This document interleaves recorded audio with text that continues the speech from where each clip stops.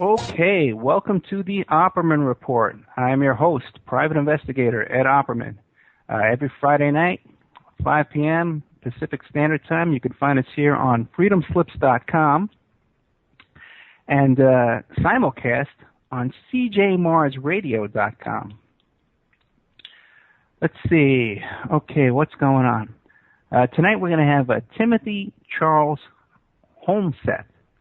And he has a fascinating book, and he's done an incredible amount of research into the Caylee Anthony murder down there in Florida. People are so familiar with the Caylee Anthony case, and with the prosecution with Jeff Ashton and Jose Baez and all that kind of stuff. And everybody has their opinions made up from what they saw watching the prosecution's case on the trial down there.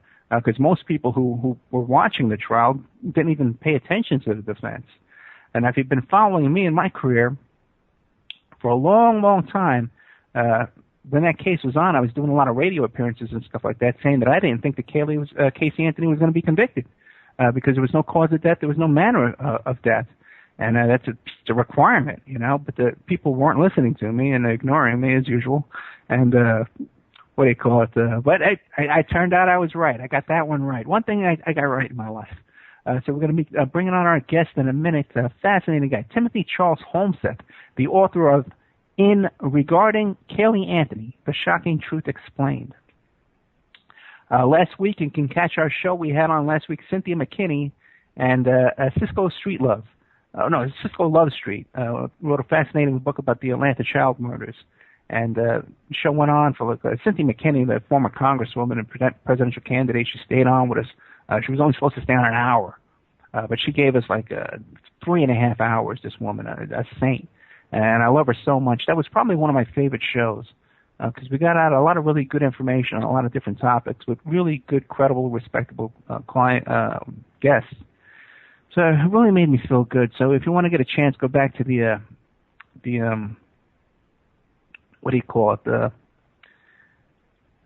Spreaker account we have. If you go to Spreaker.com, you can find the archives on there. If you look up the Opperman Report and also the Opperman Report YouTube channel. Let's see. Okay, don't forget, with the listener-sponsored station, we have no corporate sponsorship. So if you want to support your station and support what you're listening to, go to freedomslips.com and click on the donate button. And also, too, got a couple of things I want to say real quick. And I hate to make so many announcements in the beginning, but my daughter, Victoria Maria Opperman, the most beautiful kid in the whole world, has a show that's debuting tomorrow called Teen Truth. And that's going to be on cjmarsradio.com at 1 p.m. Pacific Standard Time. And she's going to be talking about it.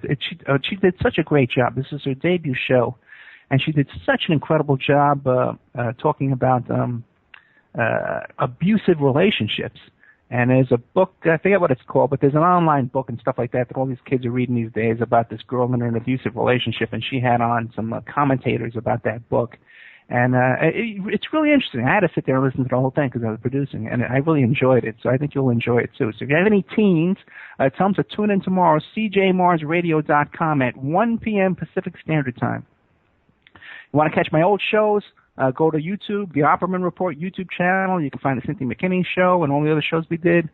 And that's about all my announcements that I got for now. We have our great guest tonight, Timothy Charles Holmseth. Timothy, are you there? I'm here, Ed. Hey, man, thank you so much for coming on. Now, you've written a very controversial book about Caylee Anthony, but I know you've also done a ton of research on this, and you've really thrown your life into this as well. Why don't you tell the audience, the part of the audience that doesn't know you yet and the part of the audience that doesn't hate you, okay? Because I know you got a lot of haters out there as well. But why don't you tell them about your life and your history and what made you want to write this book and get into these cases?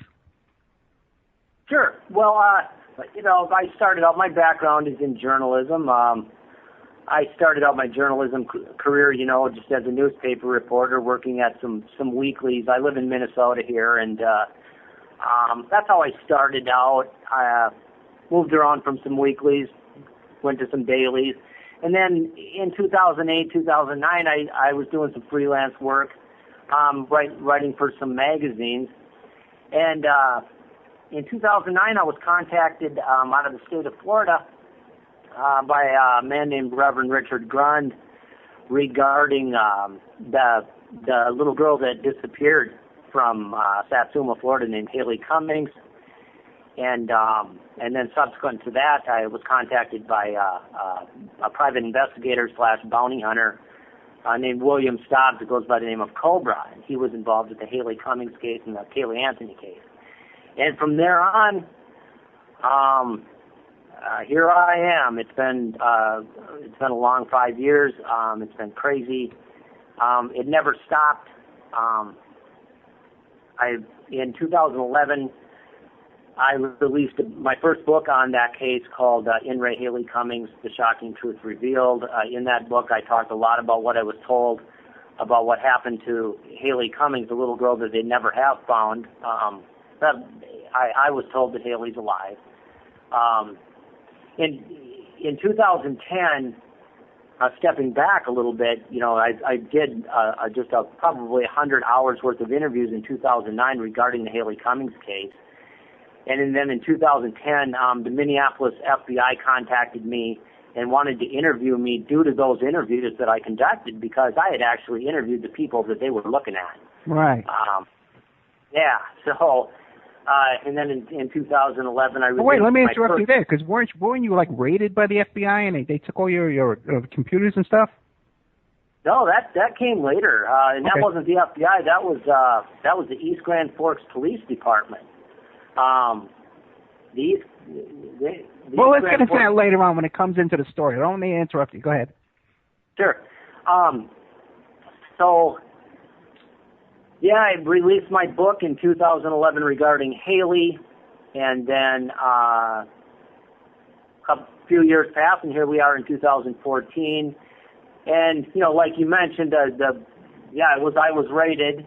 And they took all my journalism equipment, and they destroyed my hard drive. The police department in East Grand Forks, Minnesota did. So that kind of slowed me down a little bit. I guess I don't know if they were trying to destroy my files or what. But I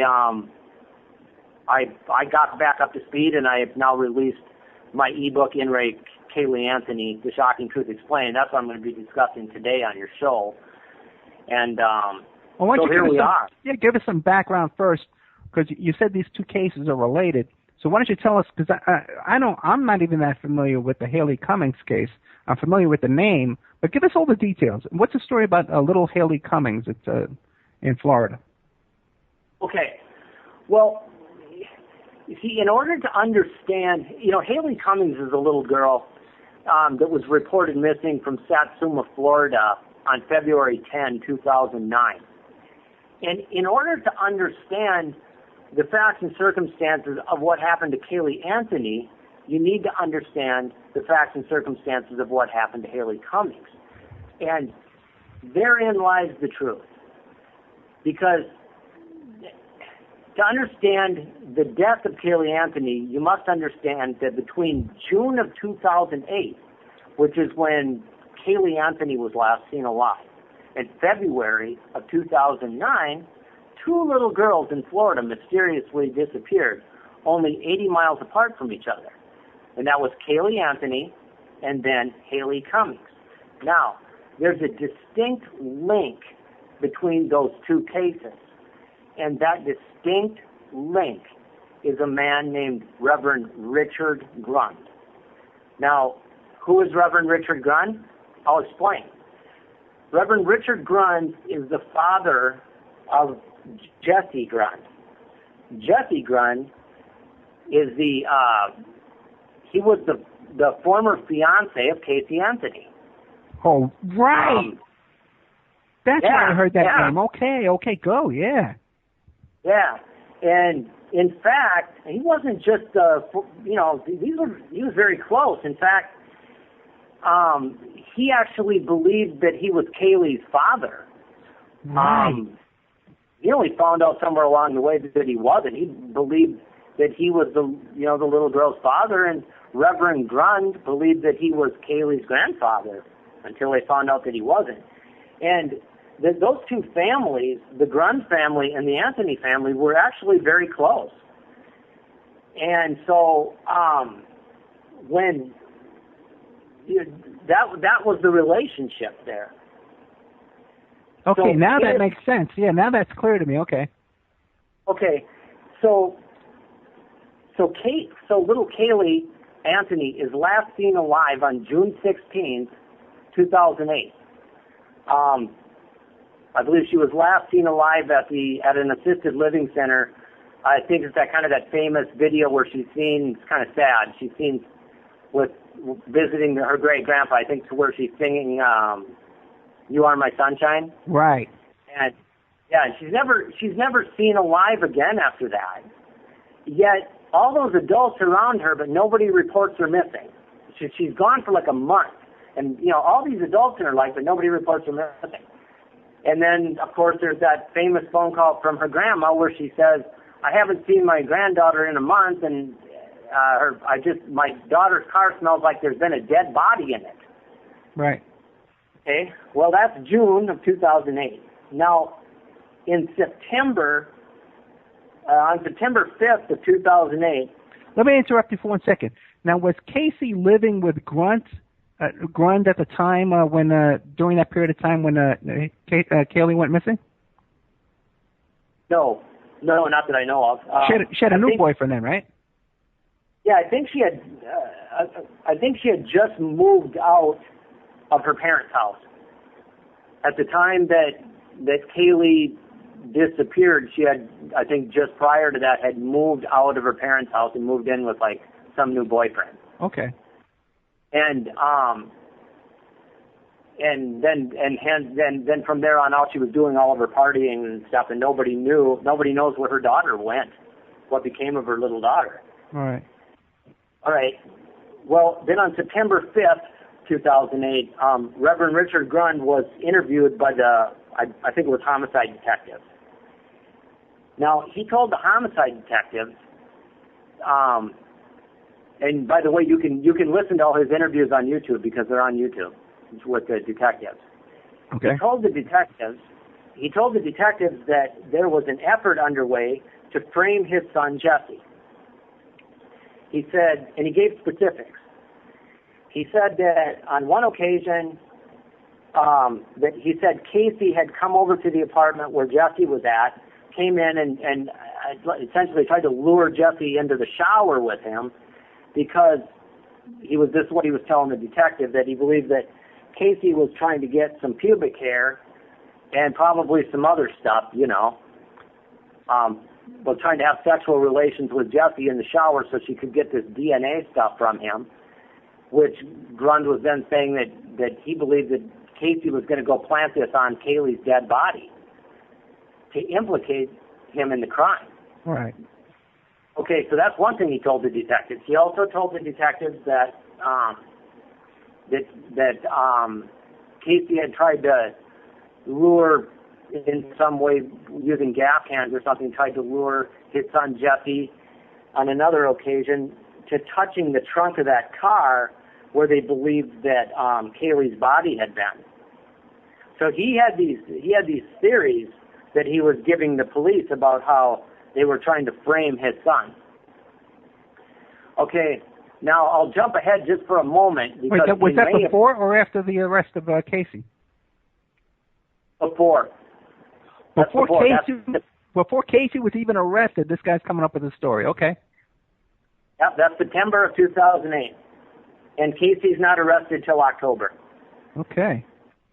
Okay, now I'm going to jump ahead just for a second because in May of 2009, I interviewed Reverend Grund, and he told me the same stories about the trying to get the DNA evidence, the pubic hair, going to put it on the body, this and that.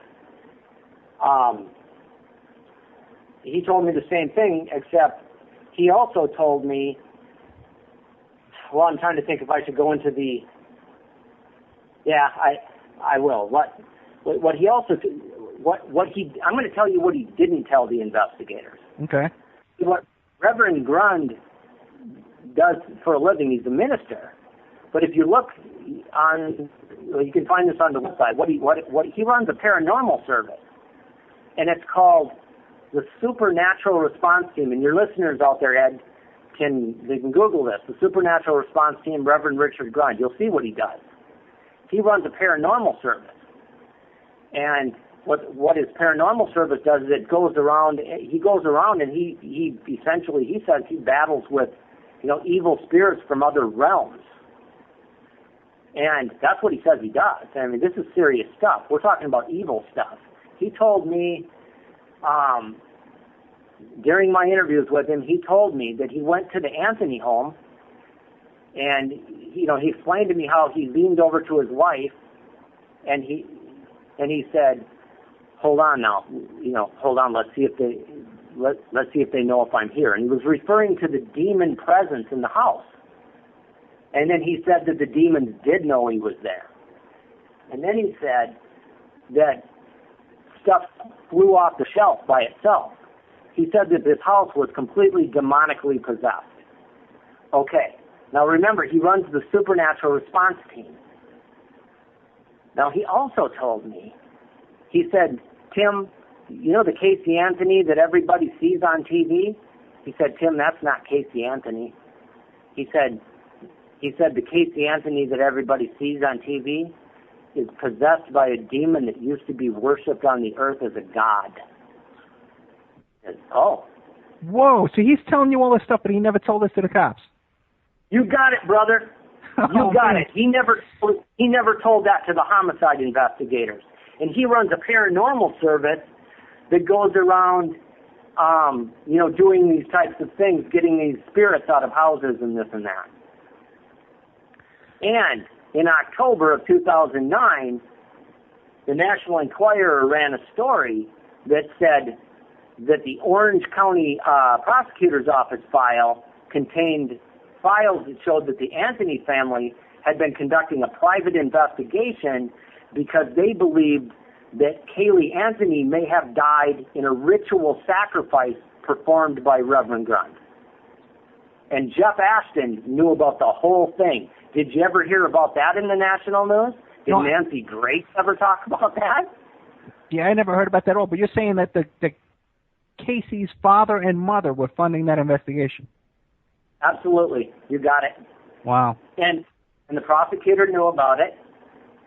Now, he told me about that stuff, but you can listen to all of the interviews with the police. He doesn't tell them about that. That's pretty serious. Okay. And also, another thing, this is how serious it is. When he was talking to me, he tells me that he's a Christian, and now I'm not going to say that he's not, but he told me that he used to worship Satan. And he told me that he once had a face-to-face encounter with a fallen watcher. Now, for your listeners who may not know what a fallen watcher is, this is serious business, man. This is serious stuff. For your listeners who don't know what it is, fallen watcher is the stuff that comes from the book of Genesis, where it speaks of when the sons of God went into the daughters of men. Sure. And Fulham were on the earth. It's fallen angels. Stuff from the book of Enoch. It's about angels mating with humans, demons. If you want to learn more about what fallen watchers are, I would just recommend people Google or do like YouTube searches on experts in the field, such as like Steve Quayle, Tom Horn. You can learn what they are. But the bottom line is very familiar with the fallen watchers and also with fallen angels and all this kind of stuff, and also too with Steve Quayle, like you mentioned before. Yeah. So anyway, bottom line, serious stuff, and that's what Reverend Grund. That's what he says he does. That's what he says he fights with. He goes into other dimensions. He goes into those realms. Now, one other thing. I also interviewed a woman that he was working with named HaLeigh Ann Kruger. And HaLeigh Ann Kruger she was covered by the mainstream news down there in Florida many times because she was the official advocate for Crystal Sheffield, who was HaLeigh Cummings' mother. And during an interview with HaLeigh Ann, she told me she was getting real frustrated once when we were discussing something, and she got real upset, and she was angry with Reverend Grund. And she just suddenly blurted out, she said, she was speaking of HaLeigh, you know, because they couldn't find HaLeigh. And she said, I hope Grund didn't kill HaLeigh in one of his frickin' exorcisms. And she said it like she had seen something like that. She said that she was angry, she was frustrated. She said it like she was familiar that something like that had happened. Like she had seen one before, you think? Yeah, and she'd been working with him. So, I mean, I've got emails between Reverend Grund and Leigh Ann Kruger. I've got the emails where they're dealing in the Cummings issue, and I've got an email from Reverend Grund to Leigh Ann Kruger where he says, quote, "Where are you going to hide them?" And they're hiding HaLeigh, you know? I got the email, so they're... Well, you know what? Anyway. Let's go back to the HaLeigh Cummings story, because a lot of people aren't that familiar with that story. So give us an idea of what the HaLeigh Cummings story is and how Grund is involved in that. Okay. I'm just, if I follow my timeline, I'm just about to it, and it's... Really I apologize. And yeah, go ahead. And by the way, too, okay. while he's going along here, if you go to his website, which is www.writeintoaction.com, write as in writing with your handwriting, WRITE intoaction.com, you can look at this one while he's describing it. Yeah, absolutely. Okay. So what we have is Reverend Grund was interviewed by the investigators on September 5th. He neglects to tell them about his paranormal service, you know. Okay. On October 14th, Caylee Anthony is charged with murder. Then on December 11th, Caylee Anthony's body, 2008, Caylee Anthony's body is found. And that leads us to February 10th, 2009. On February 10, 2009, there was a televised memorial being held for Caylee Anthony in Orlando by the family of Caylee Anthony. Right. And they had a no entry list for that memorial prepared by the George and Cindy Anthony, who couldn't come in, who they didn't want in, for the security. On that list was Reverend Richard Grund and Leigh Ann Kruger. And that's February 10, 2009. So they couldn't come in. So what Reverend Grund did was he arranged to have his own little memorial for Caylee at a place called J. Blanchard Park. And so he did that. He set up a little, kind of a little memorial for the people who couldn't go to the big one. Well, let me ask you this then. If the Grund family was so close to the Anthony family prior to the arrest and all that kind of stuff like that, why were they at that point being barred from the funeral? That's a very good question, isn't it? Thank you. Actually, you should listen. If you listen to Reverend Grund's police interviews, yeah, you see that they were getting along, and then something happened. They were getting along. They were exchanging notes. It seemed like they started to get paranoid of each other. Okay. I got the sense, as all I can do is speculate. Okay.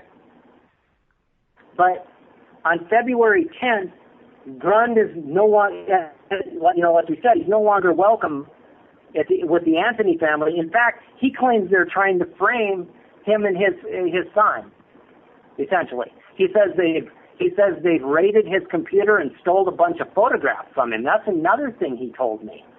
He told me that they hacked his computer and stole a whole bunch of pictures out of it. He didn't tell me what the pictures were, and I thought, So now he claims that they've stolen pictures. Okay, so on February 10, 2009, he holds his own little memorial for Caylee at J. Blanchard Park. But what else happens, Ed, on February 10, 2009? What? HaLeigh Cummings disappears. Same day. Same day. So, on February 10th, 2009, you have this big publicized, televised memorial being on TV. I think Nancy Grace is the one that was splattering it all over. And then on the same day, a little girl from Satsuma magically disappears, HaLeigh Cummings.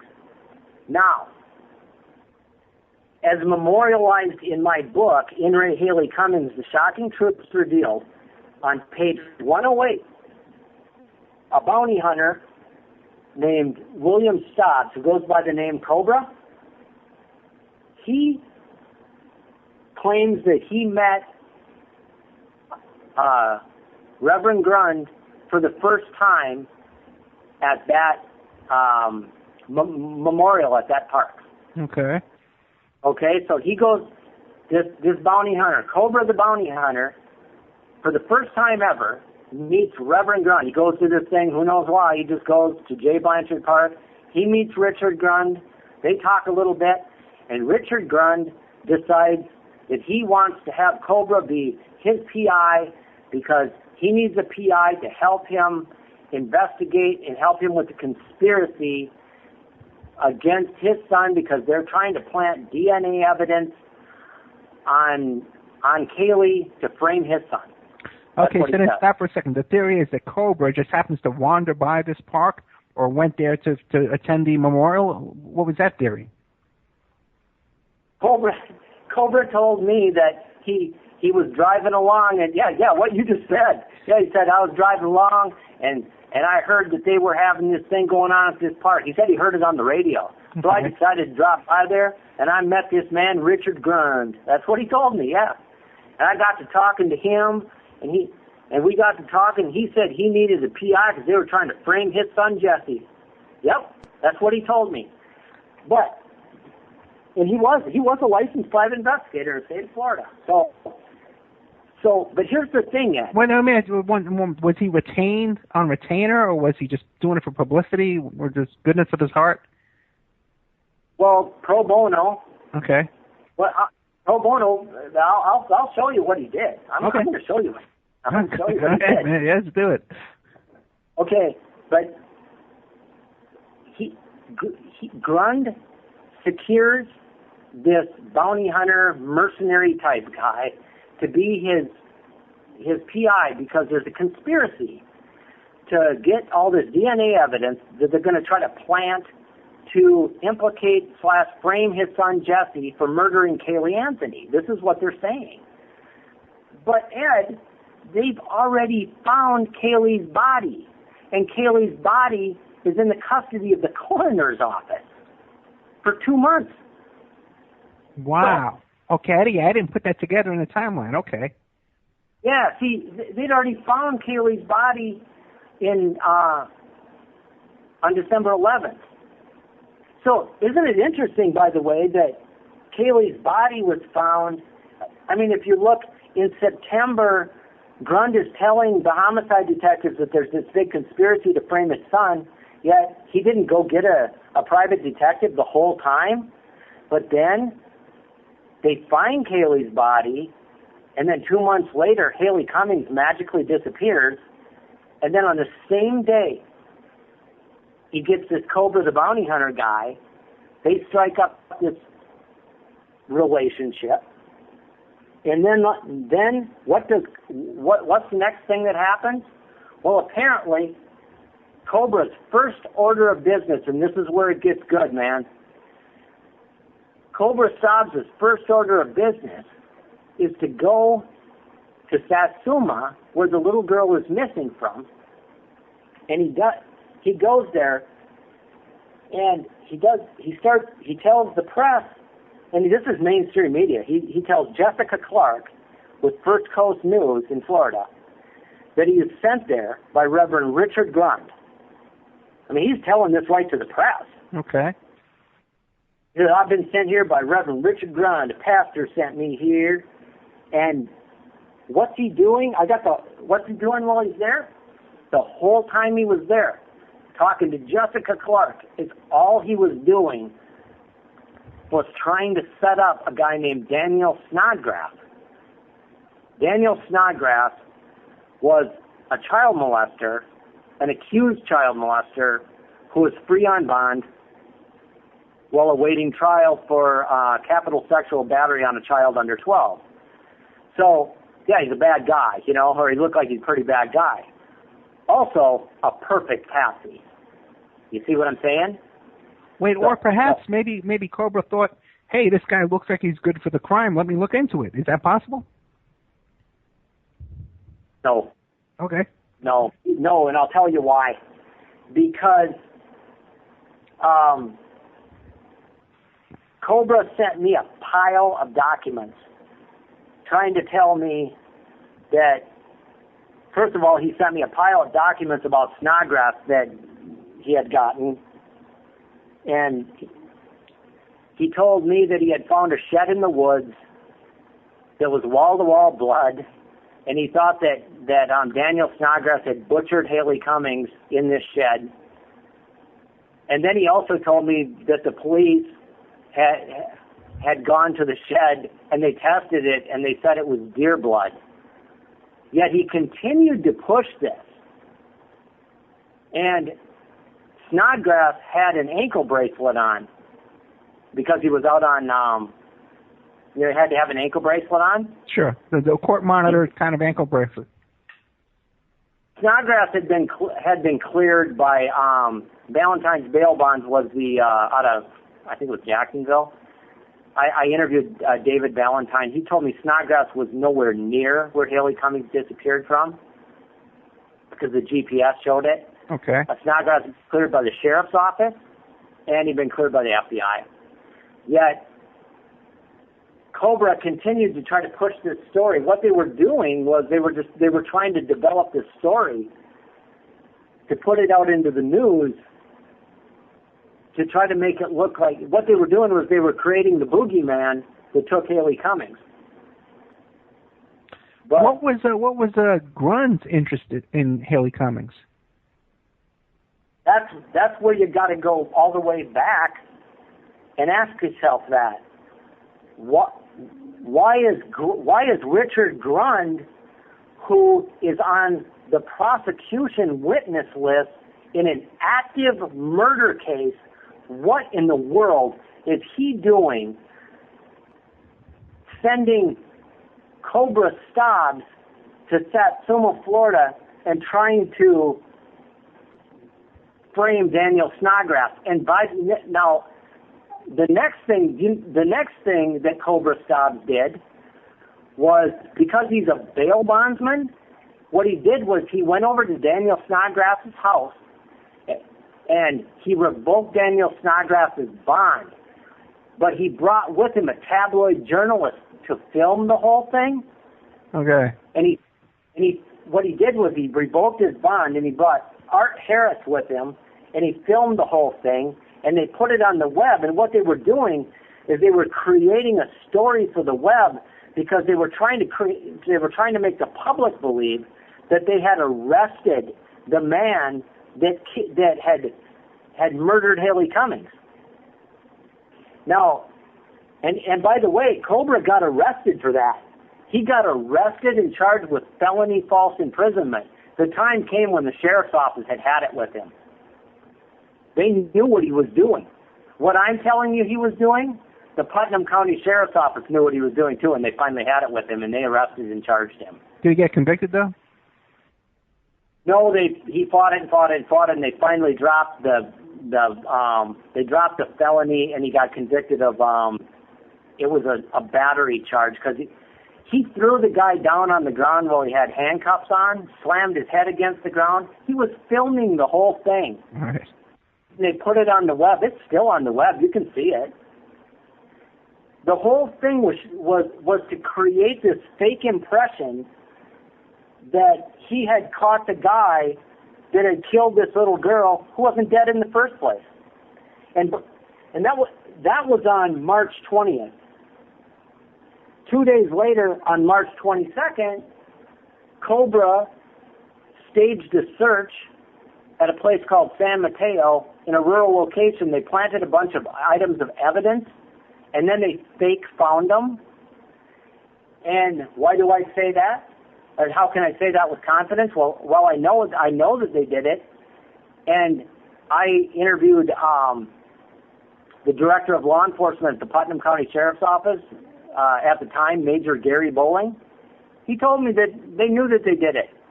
They planted HaLeigh's toys, some nebulizer fluid, because HaLeigh used a nebulizer because she had problems with her breathing. She had Turner syndrome.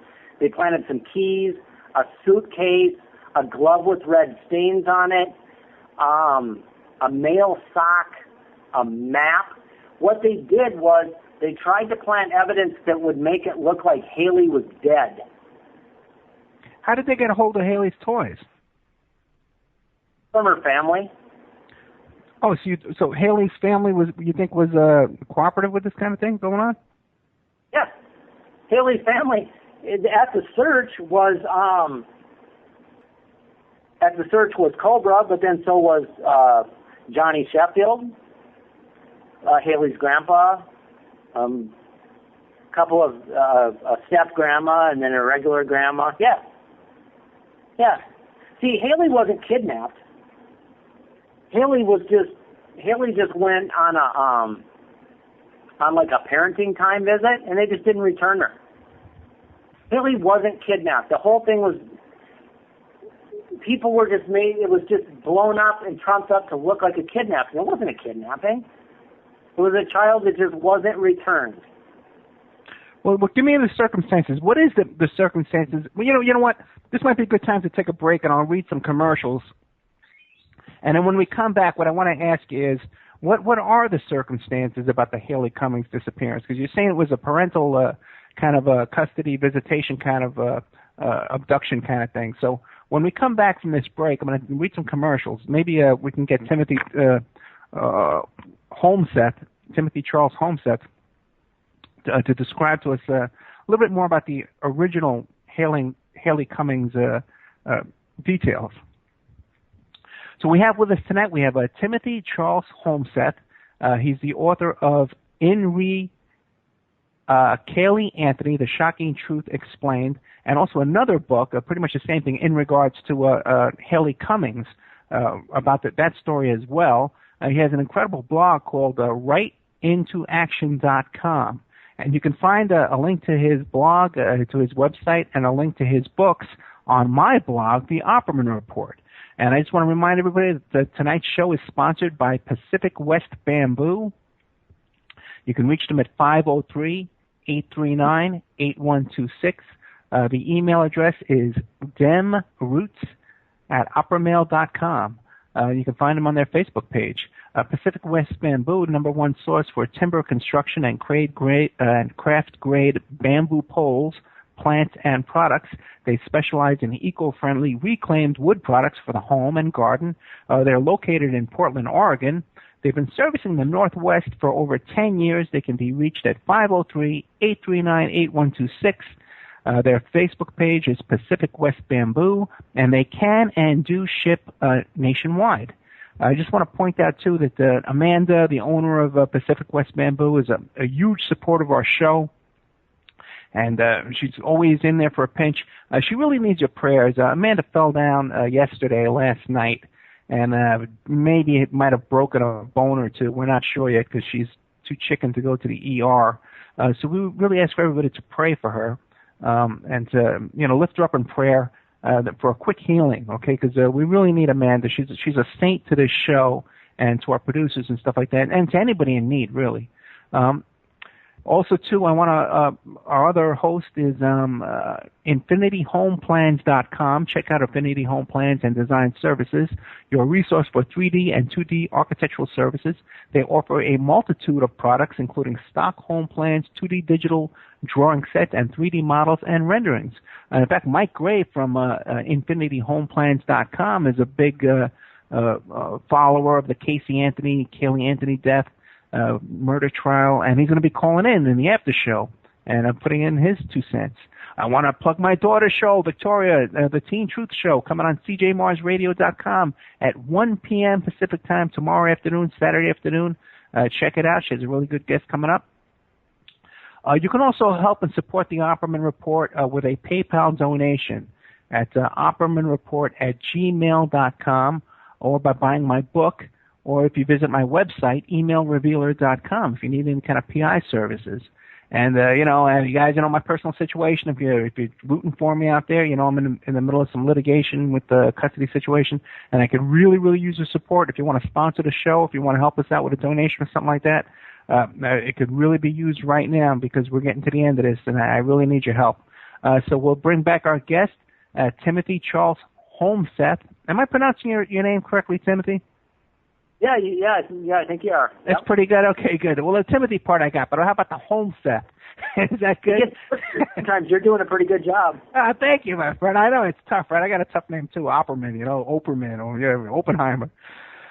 Okay, so let's get back into the HaLeigh Cummings case. Okay, now how did she disappear? What's going on with that? Well, what I'll point out again is take a look again at the very significant date of February 10. Okay. You have this very high-profile event happening in Orlando with Caylee, and then in Satsuma, how convenient is it that HaLeigh is reported missing? Okay, now I get it. I get it. You're okay now. Okay, I'm waking up, man. Okay, I should have had a V8. You're saying that the whole thing was a staged event from beginning to end to take focus off this other case, the Caylee case. Everybody look over here, right? This kid's missing too, and look, hey, we're planting evidence in the woods and stuff like that and bloody stuff. So, okay, great. Now I follow you. Okay. Now, why would her parents, HaLeigh Cummings, the family and the parents and stuff like that, why would they go along with this? What's their connection to all this? That there's so many theories on that. From my investigations and things that I was told, it really does sound like HaLeigh was a very exploited, abused little girl, not in a good home with her father. Okay. And it does sound like her grandpa was trying to get her out of somewhere. So, that somebody said, hey, we'll go along with this. Well, let's get her out of here. We'll go along with this. I think they also believed that, I don't know, I could just have to speculate. I mean, I heard her grandfather, I was on a phone call, and I heard her grandpa laughing, talking about trademarking her name. That's how he referred to it. He called it trademarking her name. He's a hillbilly. But they were talking about making money. This was all about money. They were setting up tents and making bracelets. Everything was about making money. They knew she wasn't dead. They were hiding her. I heard her grandpa giggling his butt off about the whole thing. So why would they go along with it? Money, but perhaps protecting her. But if you made the connection about the February 10th, that's the beginning of it, because and then again, now, if you made the connection of February 10th and how this one little girl conveniently disappeared, now again, you have to ask yourself, why is Richard Grund involving himself in this? Yeah, right. Because, may I propose, maybe Richard Grund is starting to sweat a little bit.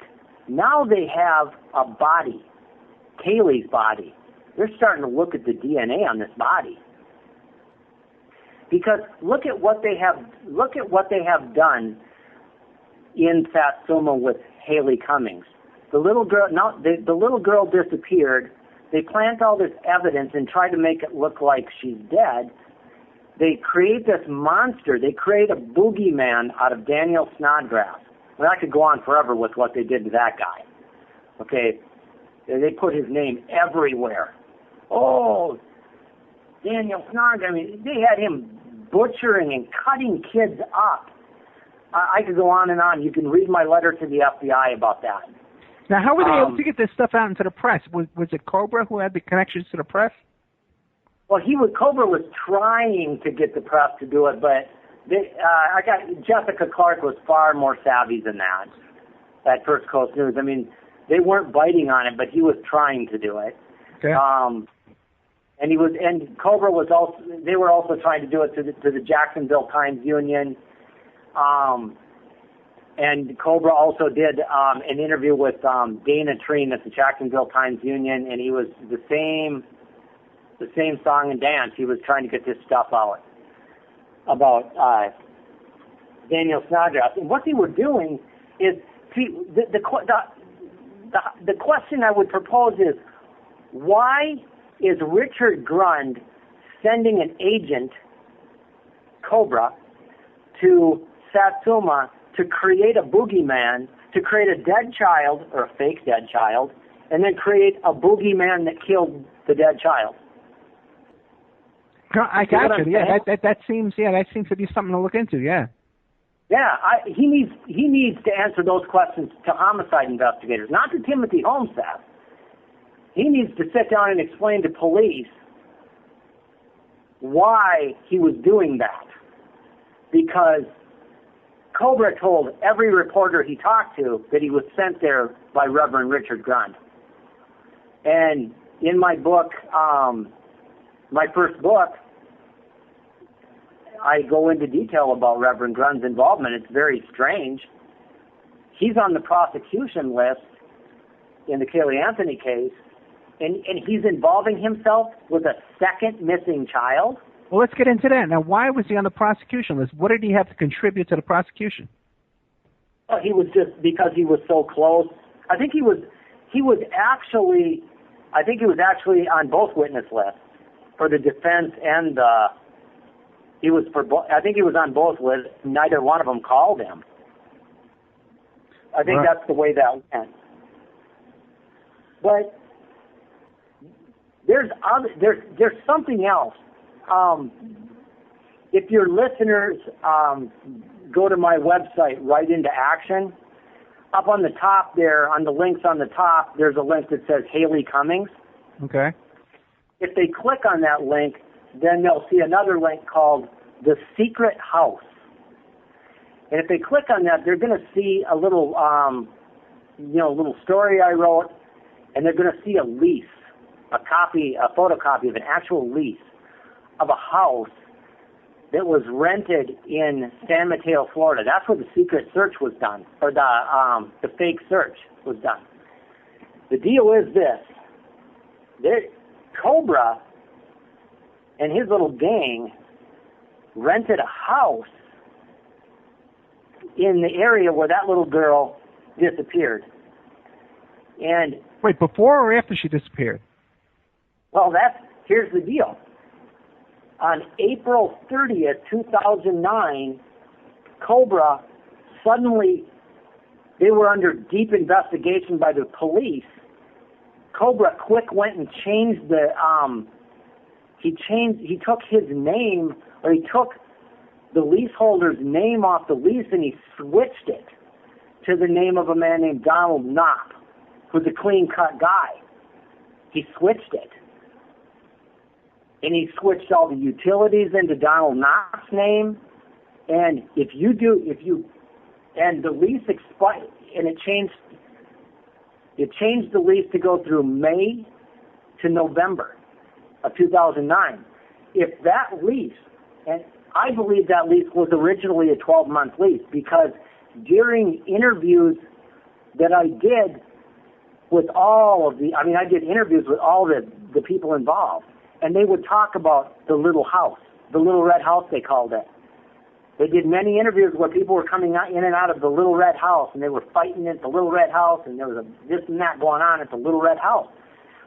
The events they were describing were taking place in like March and April of 2009. That would mean that house had to be rented, which would mean that the lease you'll be seeing, if you go look at that link I give you, that would mean that was originally a 12-month lease. If it was, that means that house was originally rented in November of 2008. That would mean that Cobra or whoever rented that house rented it before HaLeigh Cummings disappeared. It was a staging ground. Yeah, there could be no explanation for that. No. You're right. You're absolutely right. And that's part of what I sent to the FBI the other day. There is no explanation. That was a secret house. Nobody was supposed to know about it, and they kept it a secret until the HaLeigh Cummings story hit the national news, and then they started renting motel rooms. Until then, they were living in that house. They might even. Who was living in? Who name all the people living in the house? Well, people that I can place in that house. Yeah. Jeremiah Reagan. There's another person that I can place in the house, and I'm just not going to say the name right now for legal reasons. Yeah, sure. A few months from now, I'll say the name. I'll tell you about it later. Not going to get myself into legal trouble right now. Believe me, these people are after me. I could imagine, yeah. Yeah, bad. I mean, they'll pull every trick in the book on me. Jeremiah Reagan, Cobra, Donald Knopp. It's like, I got a sneaky feeling Leigh Ann Kruger was in that house. I think this house was a staging ground. It was there's a picture of the house on my website if you go to that link. It was a secret house. And on April 30th, Stobbs, Cobra, quick went and changed it because the cops were moving in on him, man. So he quick goes and changes it. There's no explanation for it. And the police need to investigate that. And you know, this information has been available for a long time. You know what? And it's frustrating. Yeah, I know. I've dealt with stories like that too. That you know, it's black and white, but the major news media has their storyboard, their narrative, and I've also run into that a lot with HLN and Court TV, and you know, like you're saying, the Nancy Graces and those types. So now, what? Go ahead. Well, there's another dynamic to this story that's extremely disturbing. And this connects Reverend Grund, and this is just so disturbing. In the HaLeigh Cummings case, you know, I told you about the search where they planted the evidence. Yeah. Okay, there was a group out there. It was mostly family members, and then it was Cobra. There was several of HaLeigh's, the grandma and the grandpa, and then it was Jeremiah Reagan, and then it was his father, a man named John Reagan. And then Cobra. But John Reagan, and then a woman named Judy Lucia, and she's the innocent one out of them all, was just a local woman with a dog who they asked to help her and to bring her dog out on this search to sniff around. She had no idea what they were up to. She was an innocent person. And this John Reagan guy, as they were walking along, I interviewed Judy, and she said, she didn't know who he was at the time, and she said the older man just walked up to me out of the blue, and just out of the blue he told me, I can't tell you my name because I'm with the FBI. And the long and short of it is he told her that he was an FBI agent. And then she said, but I saw him later at the HaLeigh Bug Center, and I knew that was John Reagan. And then when I interviewed Leigh Ann Kruger told me that John Reagan told her that he was an FBI agent. He was telling everybody this. Not only did he say that he was an FBI agent, he said he was an undercover pervert. He said that he was working for the FBI undercover as a pedophile to catch other pedophiles. And he was going around dressed up as a priest. Now, when I talked to Reverend Richard Grund told me that he described to me a three-way. You still there? Yeah, we got a break coming up. This is a nice long break, so you can go get a drink and stuff like that, or even if it's going to be like a good 7 minutes, okay? So okay. When we come back, this is just amazing information that I have never heard before. Our guest is Timothy Charles Holmseth, and he's the author of, in regards to Caylee Anthony, The Shocking Truth Explained, and also a book about HaLeigh Cummings. His website is rightintoaction.com. Incredible information. I can't wait to get back after this break with our guest, Timothy Charles Holmseth. You can find his books up on the Opperman Report blog. We got a link to both of the books. It seems like these two stories have a lot of connections. We'll be right back after this. Welcome back to the Opperman Report. I'm your host, Private Investigator Ed Opperman, every Friday night, 5 p.m. Pacific Standard Time on Revolution Radio, freedomslips.com, and rebroadcast Monday nights on awakeradio.com, U.S. awakeradio.us. And, of course, we're simulcast on cjmarsradio.com and 365 Live and all kinds of stuff now. We're going on Spreaker. We're going on iHeartRadio pretty soon. I just want to remind everybody it's a listener-sponsored station, so if you like what you hear and you want to keep these kind of shows going, we got to keep the station up and running. You go to freedomslips.com and you click on the donate button. I also want to thank my producer, Ann Francis, who has been with me from the start here. She puts in 40-hour weeks, easy, getting the show out to you every week, week after week. And also Christoph Moses, who's a great guy, an artist, does all the technical work in the background. And Keith Davis, who helps us book guests and out there in the street causing trouble for us, going to city council meetings and disrupting things. But tonight we got our guest, Timothy Charles Holmseth, the author of how do you like to pronounce that, Timothy? In Ray Caylee Anthony? That's how I usually say it, yeah. Yeah, it's in R-E, with the colon there. Caylee Anthony, The Shocking Truth Explained. And there's a similar book about HaLeigh Cummings. And you can find a link to both of those books on the Opperman Report blog. Okay, now, you were telling us about this guy who was saying he was an undercover FBI pedophile. And I was just wondering again, now, I didn't quite catch how he fit into the story, though. How was he related, besides what he was describing himself as? What was he really connected to this case? Well, when HaLeigh Cummings disappeared, it was in the news. HaLeigh Cummings disappeared. It's all over the news. And then one day, a woman named Wayann Kruger is, featured in the news with Crystal Sheffield, the little girl's mother.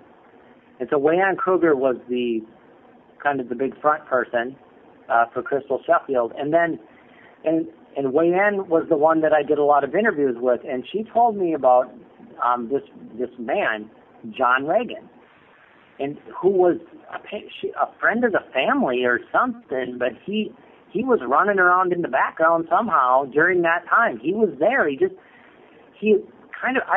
appeared out of nowhere. I mean, creepy guy. I'll tell you about him, actually. How he got there, that's what's creepy about it, is when you hear about who he really is, it's so disturbing. I'll tell you. He's telling people that he's dressing up as a priest, because I don't believe he was a priest.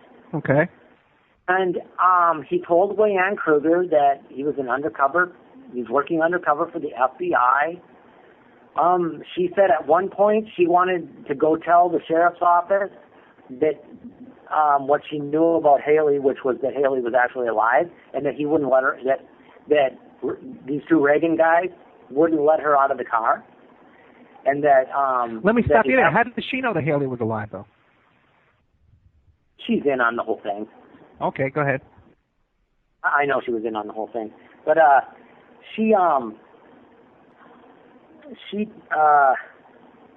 just forgot what I was going to say. Yeah, I know. I interrupted you too much. I'm sorry. Well, no, that's fine. There's so much about these Reagans.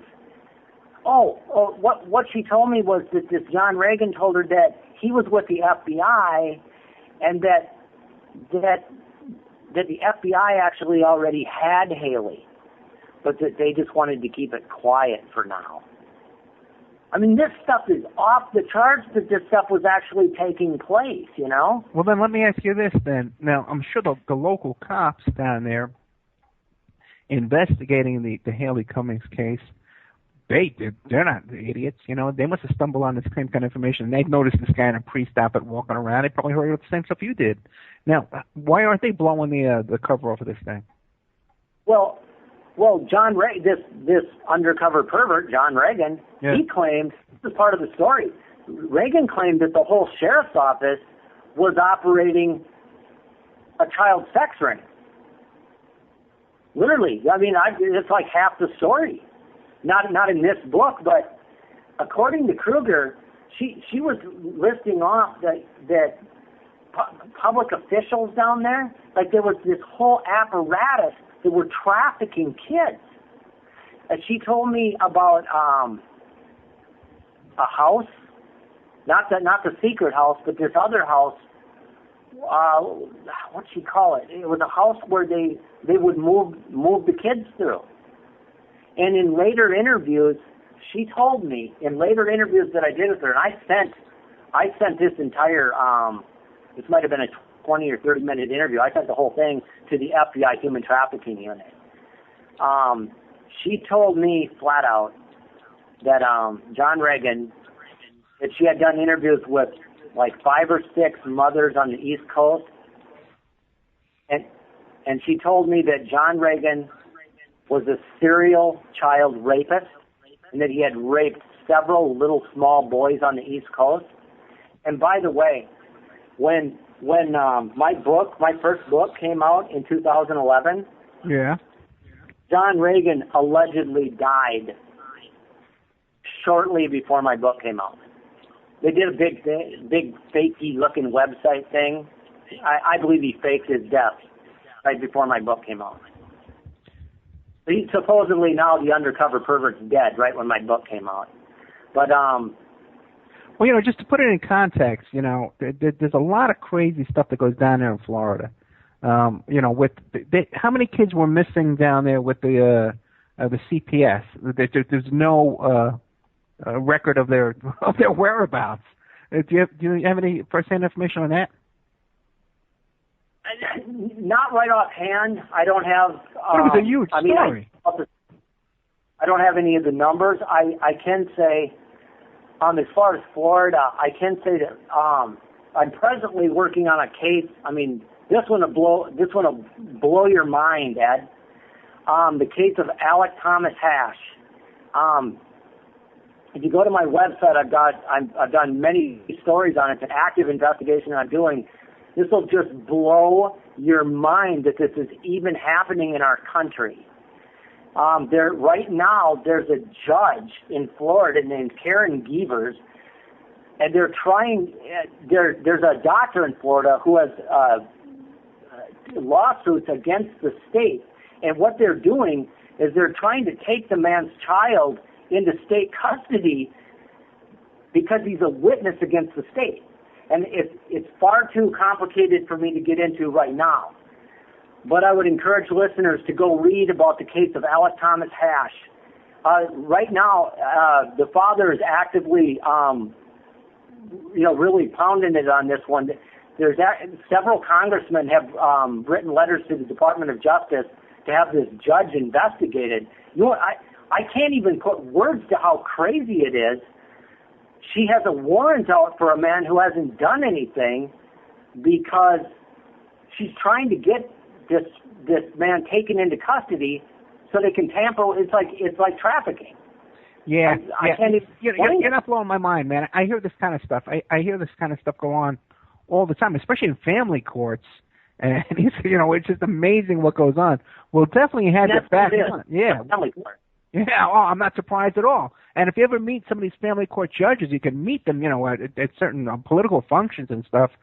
These are not really bright people or very capable people, and they're scary, and how much power they have. Yeah. But we'll definitely have you back, brother. We'll have you back on that, and we'll do a story about this Dr. Hash. Yep, Dr. Mark Hash. Yep. And what's his website? Do you have a website? It's hiding. Alec Thomas Hash, poor little Eagle Scout, this kid had to hide. He's hiding from the state of Florida. He's been hiding for over 400 days in an undisclosed location. He's hiding from this judge.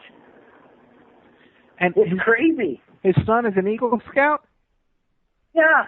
Yeah, this kid never hurt anybody in his life. They're trying to take him into the custody of the state. So because he's a witness against the state in a lawsuit against the FDLE and the Tallahassee Police Department. Yeah. I mean, you wouldn't believe they could do this, but they're doing it. Dude, I do believe it.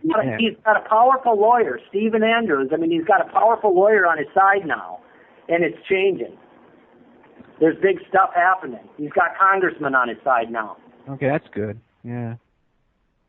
Well, and some other things going on down there in Florida, too, that I'm sort of like touching on these days, is the situation about how they were letting out murderers, convicted murderers out of prison because they had fake orders. They had fake judges' orders. And what I'm hearing is that's far more wide scale than they're letting on. Oh, you mentioned that earlier, and now I think I did read that. Is that where they were forging their signatures? Yeah, these guys had they had legit orders to get out of prison from the county clerk's office, with a judge. Yeah. And now they're trying to say, oh, these were forgeries. Oh, there was some kind of thing going on the side. But it seems to be that there was a lot more going on in those cases than they're letting out. And where'd the investigation go? What happened? I haven't done any interviews on that, but no. My point was that it was front page news when it first came out, and now you hear nothing about it. Yeah, and that exactly. I mean, when things happen in Florida, the Alec Thomas Hash case is a good example. If the only reason that Alec Thomas Hash, his name is known, is because his father is an airborne ranger who doesn't back down. Right. That's the only reason. This guy's tough as nails. He's never going to back down. They put this man in jail twice illegally. The District Court of Appeals had to intervene twice to let this man out of jail. This judge put him in jail and said, "We're not going to let you out of jail till your son comes back to Florida." He didn't have anything to do with his son running and hiding. Wow. You know what I mean? Because his son was an emancipated adult. Yeah. His son just took off and hid. His father didn't have anything to do with it, so the judge just said, you know what we'll do? We'll arrest his father, put him in jail, and say, we're not going to let you out till your son comes back. They maybe do stuff like that in North Korea. You can't do that in the United States. No, well, you can't, but it happens all the time. Like you're not supposed to. Yeah, it's unbelievable. If people only knew what goes on around a courthouse and what goes on in the system, it's just unbelievable, man. People think they have some kind of forget it. Yeah. But but back to this now with all this stuff here, because we'll definitely do another show with you about this to support the guy you're working on there, Mr. Hash. And does he have a website? No, he doesn't have a website, but you can read. I've been actively covering that story. So if you go to rightintooaction.com, you can read everything about it. Yeah, so let's try to get that story out in the sunshine there, Yeah, I mean he's got there's 2 or 3 congressmen are backing it now. They've actually written to the Department of Justice saying, hey, there's something up with this judge. One more thing. Bad. Yeah. My experience again with Florida was back too with the election with Al Gore. Where the election was stolen from Al Gore. With the Bush family. And I had a really good friend that was really high up in the Republican Party, man, and he went down there as an operative. And what he would tell me off the record was, Ed, man, everyone had their hand out. everyone was getting paid. They were paying like parking meter attendants to give tickets, and to tow cars out in front where they were counting the chads and all that stuff. That's how bad it was. Like a war down there, like a banana republic, stealing that election down there in Florida. Yeah. Well, this judge was involved, and she was on that. Karen Gievers was one of those. She was on the Democrat side. The Board of Elections. She was on. She helped. She's one of the names on the brief to the Supreme Court. Oh, brother. Yeah. So now, I'm not. To me, I'm not even coming down on the political side. If there's something going on, it's beyond. It's almost a good and evil thing. Right, and the corruption down in Florida again is beyond belief, because you got the drug laundering and the drug money down there, the smuggling, and then you got this bizarre haven for sexual predators down there. They try and explain it away as saying, well, it's because it's nice weather and they go down there and but I think these guys, they flock to areas where they know that they're not going to be prosecuted and where they get an easy ride. Because another thing I've noticed too with child predators and this type is that they're very active. It's an active community where they communicate with each other. And Florida seems to be a haven for this kind of activity. Ed, something that I've never told anybody about this. I've never told anybody about this, and I was thinking about this today because I just remembered it. And this is a Caylee Anthony thing. Okay. And this is amazing. Okay. In the Caylee Anthony case, remember the first judge? The first judge's name was Stan Strickland, and the first judge had ultimately recused himself, if you recall. On April 19, 2010, Stan Strickland stepped down from being judge because for a defense motion, because he had been communicating with a blogger or a writer named Dave Neckel. Right, I remember that, yeah. Okay, you remember that? Yeah. Okay. Well, there used to be a radio program that was on, it might have been Blog Talk Radio or something, and it was hosted by a man named Simon Barrett, and it was about the HaLeigh Cummings case. Okay, well, I was listening to it, and Dave Neckel, I knew his voice. Dave Neckel called up one day. He called Simon Barrett's show. And I knew his voice. He had a very original, he had this voice like this. And he said, yeah, I called up to talk about Tiny Tim Holmseth. He called up bitching about me. Oh, really? And, yeah, but you know what he called up to complain about? What? He called up to complain that I was writing stuff about who? John Reagan, the undercover pervert. Wow. Singing the praises of John Reagan, the guy that Leanne Kruger told me was a serial child rapist, a human trafficker involved in selling infants to the United States Embassy. The information that I'm telling you, Ed, I sent it all to the FBI. She told me the names. I've given all this to the feds.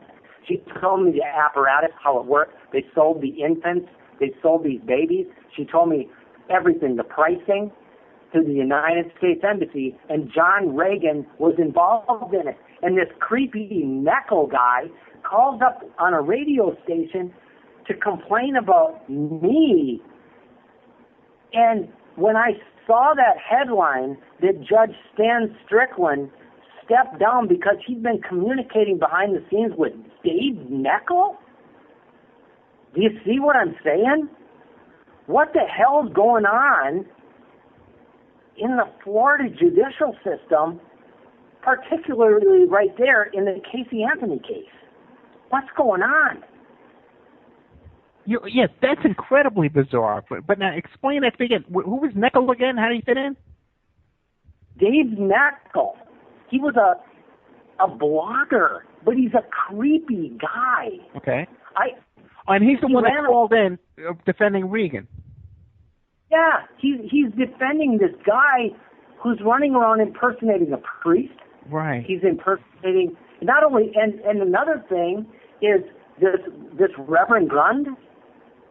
Reverend Grund told me that he described to me three-way telephone calls that he had with Cobra the bounty hunter and John Reagan.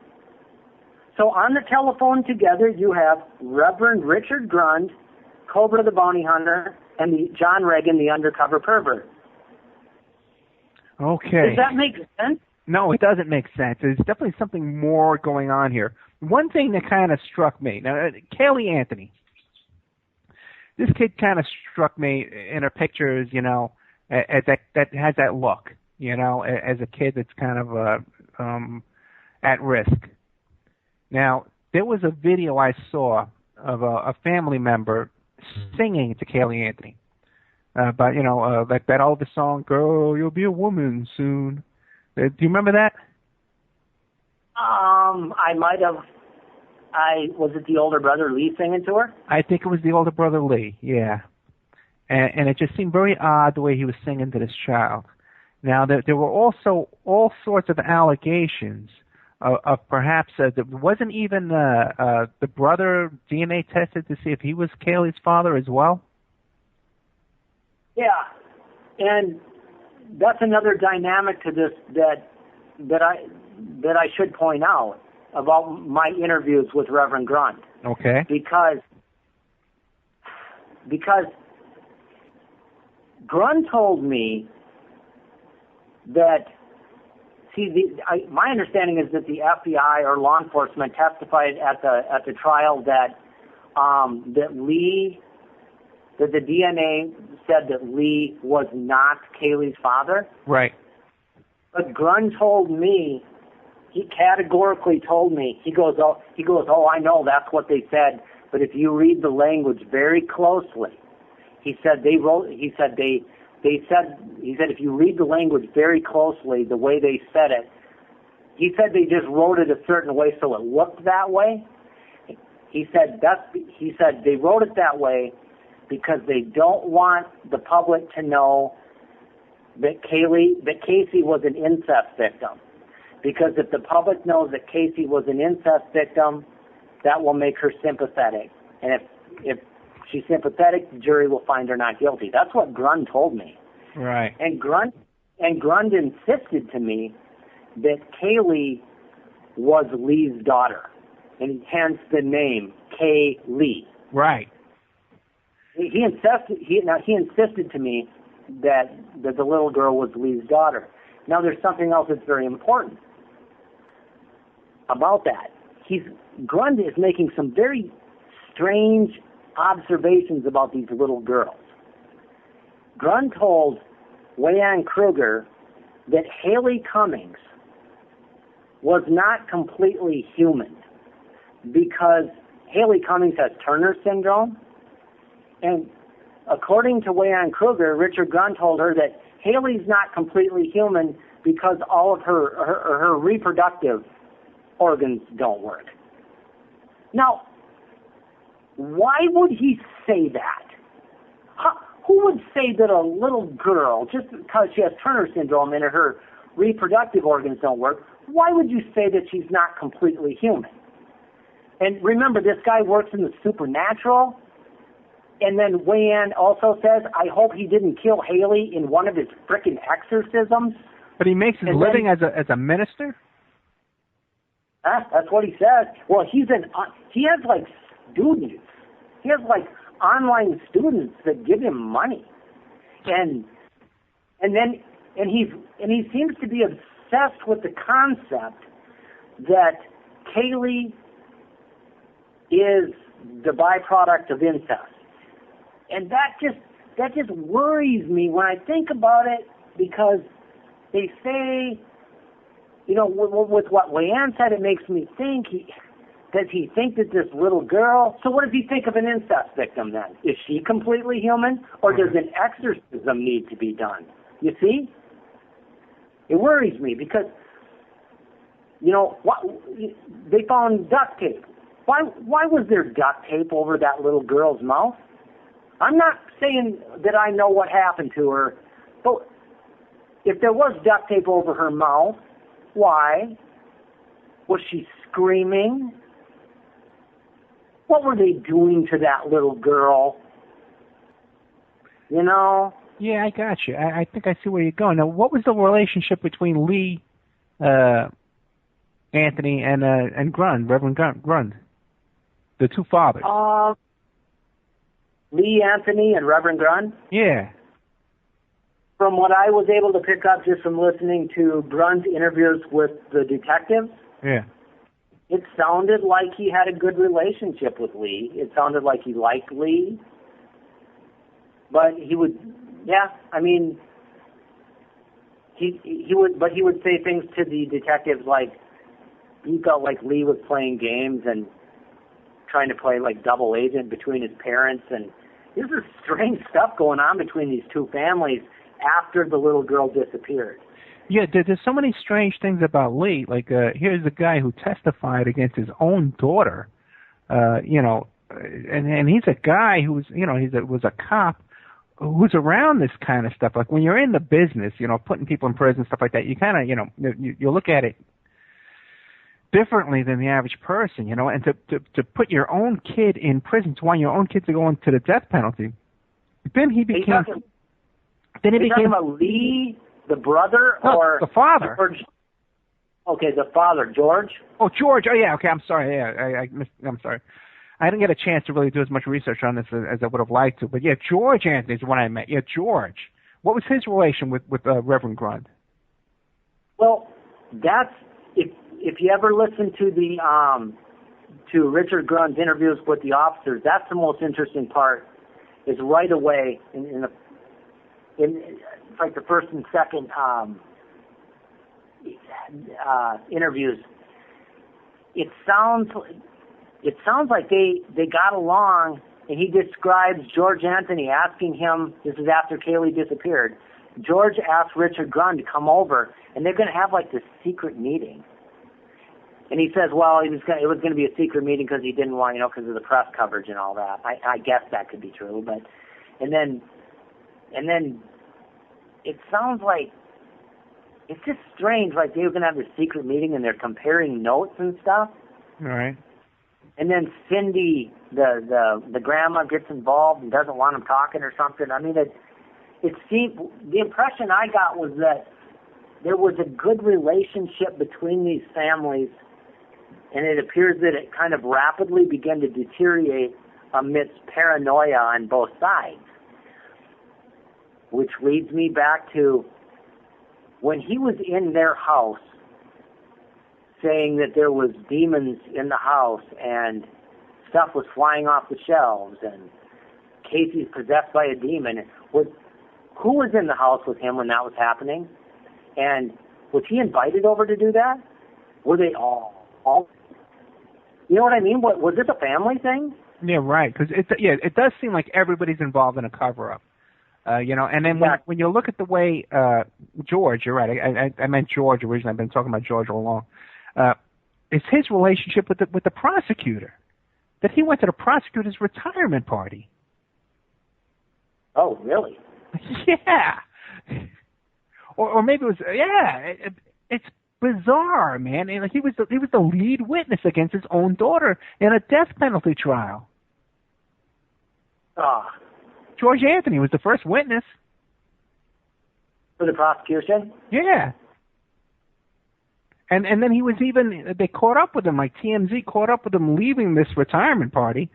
And he says, oh, yeah, I've been really close to the prosecution all along, much more than you guys realize.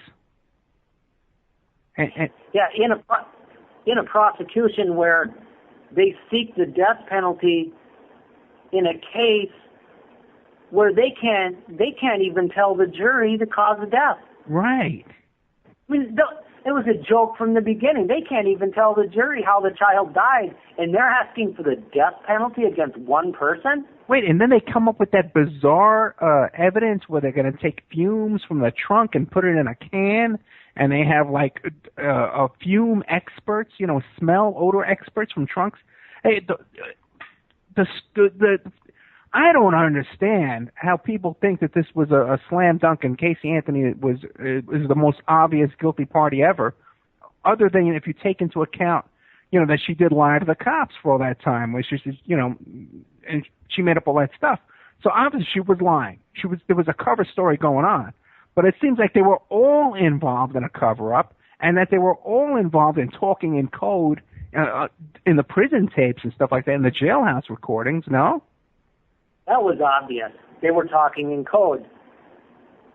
And even the Anthonys, the parents, the grandparents, were even talking about how, we got a lot of pull right now in the media. When this is over, we got a lot of, like, they were even talking about making money out of all of this, too, that they were calling the shots. Did you catch that? Yeah. Yeah. And for I think it was like 30 days, none of the adults in this little child's world report her missing. And then anything could have been happening during that time. And they never found, per se, they never found the child's body in the trunk. They just believed the child's body had been in the trunk. It's clear that this child was being moved more than once. Yeah. Let me read some ads real quick, okay, brother? And we'll get right back. Okay, we're here tonight with Timothy Charles Holmseth with some fascinating research and fascinating information. He has a website called writeintoaction.com. You can find his books up on my blog, the Opperman Report blog, in regards to Caylee Anthony, Shocking Truth Explained. I want to remind everybody that the listener-sponsored station, if you want to keep this show going, you have to go to freedomslips.com and hit the donate button. But also, too, we have our own sponsors to sponsor the Opperman Report, and one is Pacific West Bamboo. Their number is 503-839-8126. Give them a call and tell them, give them a call and tell Amanda you're praying for her over there. She fell down and hurt her butt. But Pacific West Bamboo, #1 source for timber construction and craft-grade bamboo poles, plants, and products. If you go to their website, their Facebook page, there's all kinds of artistic stuff and creative things like fountains and even bicycles and stuff like that made out of this bamboo. It's really fascinating to go there and take a look. Be sure to like their page at Pacific West Bamboo on Facebook. The number is 503-839-8126, and they ship nationwide. You can also support the Opperman Report with a PayPal donation to oppermanreport@gmail.com, or by buying my book, or visiting my website, emailrevealer.com. And we're also sponsored by Mike Gray, who's going to be calling in later on with some questions. Check out Infinity Home Plans and Design Services, your resource for 3D and 2D architectural services. They offer a multitude of products, including stock home plans, 2D digital drawing sets, and 3D models and renderings and more. That is infinityhomeplans.com. Okay, and we're back with Timothy Charles Holmseth. Okay, brother. Oh boy. Hey, Ed. Yeah. Before I continue, I'd like to mention. Did you say your daughter? Yeah. Her name Victoria? Yeah. She got some project going, helping victims? No, my daughter has a radio show, okay, and it's debuting tomorrow afternoon on cjmarsradio.com, and her first episode was about abuse victims, about girls who get into abusive relationship with abusive boys, and it's there's a big fan fiction website about a book. I think it's called Awake or something like that. I'm not really sure what it's called, and it's all a story about this girl who's in a relationship with an abusive boy. It's teenage stuff. And she's really speaking out against this and trying to warn kids not to get into these kind of abusive relationships. I said, well, that is absolutely awesome. That's absolutely awesome. I'm going to put a link to that up on my website. Hey, more support to her, man. Thank you, brother. Thank you very much. Good for her. Yeah, I'm a proud dad. I tell you that, man. I really am. And, something I should have pointed out earlier, we were talking about, when we were talking about this, how I was telling you how they were creating a boogeyman. Yeah. They had HaLeigh disappearing, and then they were creating a boogeyman that took HaLeigh. Something that I think I neglected to point out to you, too, that this Grun's PI that was running around, he was pushing this fake narrative. Something that I neglected to point out was that he was also telling the media that this Daniel Snodgrass guy had been crossing the county line. That's something else. See, not only was he creating a boogeyman, but he was trying to create the scenario that this guy was running all over the state. They were trying to make it appear that he could have been down there in Orlando, right? We got it. We got it. Hey, let me ask you a question. One thing that always struck me about Caylee Anthony is this thing about her going down to, what was it, Universal Studios in Orlando? Yeah. What was her game plan there? She had to know the cops were with her, and did she think that someone was there going to cover for her, or was there something else she had going on? I don't know. You know what? I think that was just a lie that finally ran its course, and she got there, and she just couldn't make up another lie. I don't know. I think that lie just ran its course. Isn't that where she just finally got there, and they said, "Where's your office?" Yeah. But she talked her way through the gate, and it always struck me as kind of odd that she was able to pull it off that far. Like, what was she expecting to come out at the end, I don't know. I don't know either. What is your take on Caylee Anthony? Now, what about the bail bondsman that spent a lot of time with her? The guy, you know what I'm thinking of, right? With the big cowboy hat, he bailed her out. Yeah. Leonard Padilla? Right, Leonard Padilla. Yeah, he's a really bright guy. Now he bailed her out, and he spent a lot of time with her, right? Now what do you think? Yeah. What is your impression of Caylee Anthony, though? I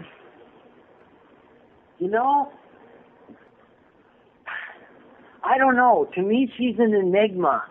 I've analyzed her. Obviously, it gets complicated, but I have to keep comparing things to the HaLeigh Cummings case, and I'll tell you why. Okay. I'm wondering. I'll tell you why. Leanne Kruger, you've heard me mention her. Leanne Kruger is well known. Leanne Kruger is an author. She authored a book called Life in Prison for Child Sex Predators. I believe she was featured on on ABC's. Remember the show 2020? Sure. She was in People magazine. And what Leanne Kruger actually does,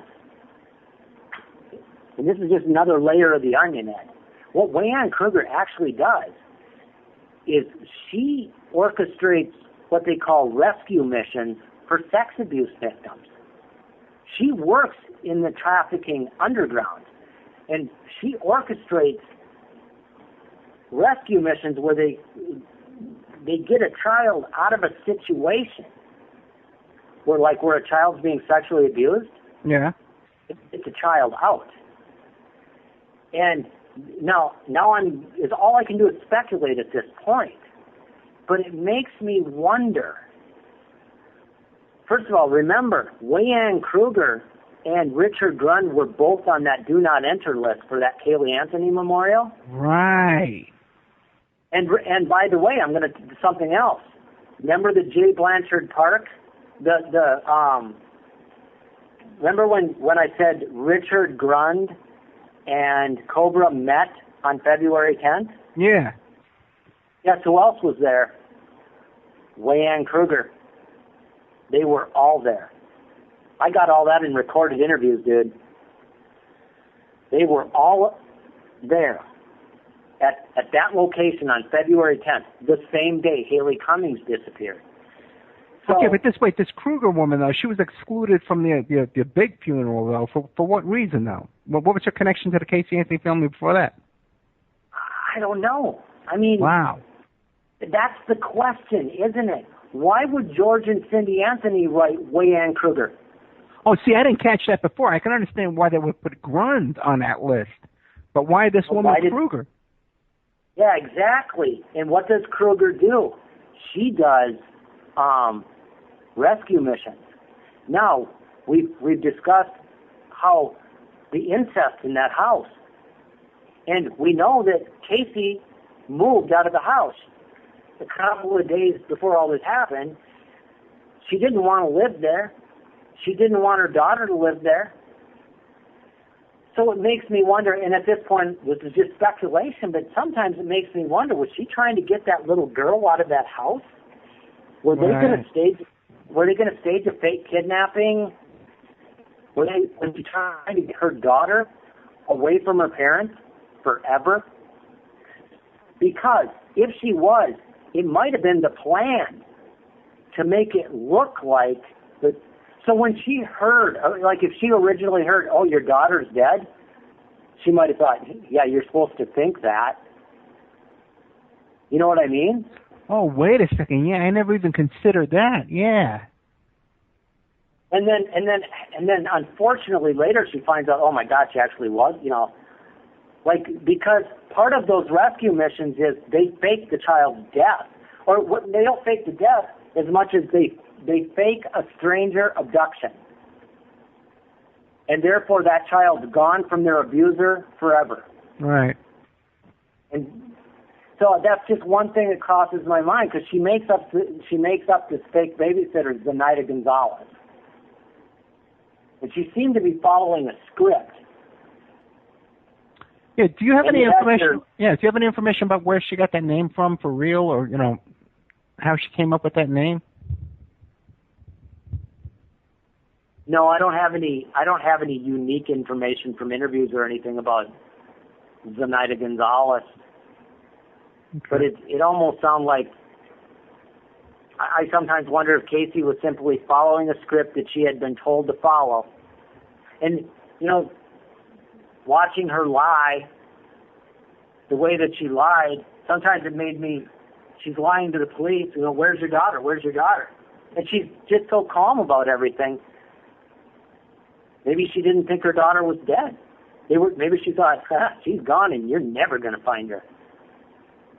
Yeah, that's true, because but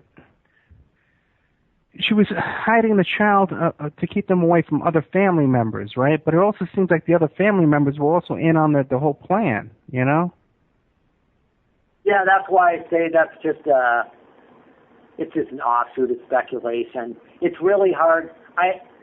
When you hear about the stench coming from the trunk of the car, it's really hard to think that they all didn't know she was dead. Yeah, right. And what about that bizarre thing about the father calling the police to report gas cans missing from his shed? Yeah. And those were gas cans that Casey took those, right? Yeah. Again, makes no sense. And Casey also borrowed a shovel from the neighbor. Right. Oh, boy. Have you ever had a chance to talk to Jeff Ashton? No. I wouldn't talk to you, huh? No, I haven't. Have you tried? But I haven't tried yet. And I don't know if he would talk to me now. Yeah, now it's too late. Yeah, I think, if he has anything to hide, yeah. Yeah, what I want people to understand is that Richard Grund is connected to both of these cases, and he shouldn't be. And he shouldn't be. And, Caylee Anthony died somehow. She had a cause of death, and they haven't explained how she died. And here you've got a guy who works in the paranormal service who told somebody, me, that he was in the house and stuff was flying off the shelves, and he says the missing child's mother is possessed by a demon that used to be worshipped on this earth as a god. That's a pretty serious allegation, and he doesn't tell the police that when he's interviewed. And then you got this child that's found like with duct tape on her mouth. Well, maybe they ought to take another look at him. Maybe they ought to take another look at the family's suspicion that she, the Inquirer story said that the family suspected that Caylee died in a ritual sacrifice. Now that would make it murder. But Wayan Kruger said that she hoped that Grund didn't kill HaLeigh in one of his frickin' exorcisms. An exorcism would sound more like, involuntary manslaughter. An accidental type thing. What do you think about it? But at any rate, it seemed like they all knew something happened, and then it seemed like they all kind of tried to come together with the story that she drowned in the pool. Yeah, right. What do you come up with that? Well, I think that was the defense theory, and I read something that George Anthony told a woman. A woman said that George told her that, this isn't a quote, it's a paraphrase. I think he said something like, it was a terrible accident that spiraled out of control. Something like that. Right. That woman he was dating that he met at the one of those rallies that they were holding. He met that woman and started dating her.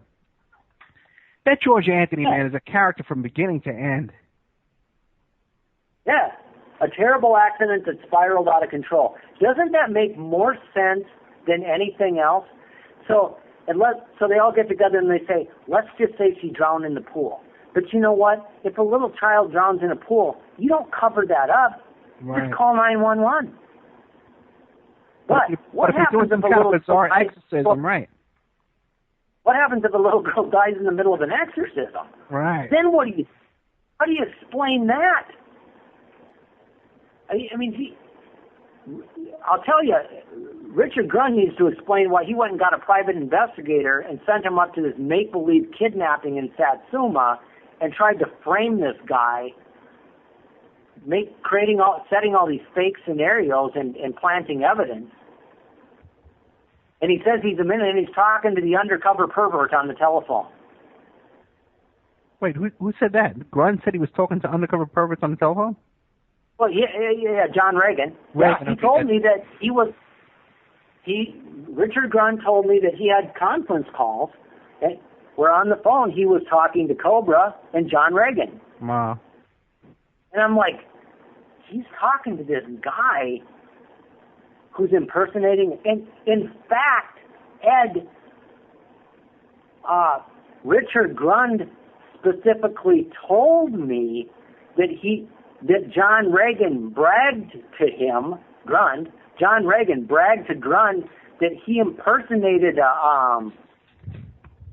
he bragged that he flashed his chaplain's badge to airport security at the Jacksonville airport to get Wayan Kruger onto an airplane.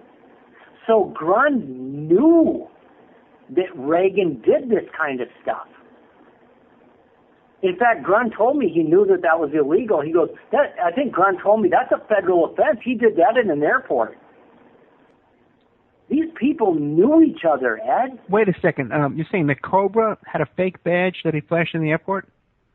Oh, John Reagan did. Oh, John Reagan had a fake... Oh, yeah, he called it a chaplain's badge. Okay, and yeah. Yeah, Grund told me that.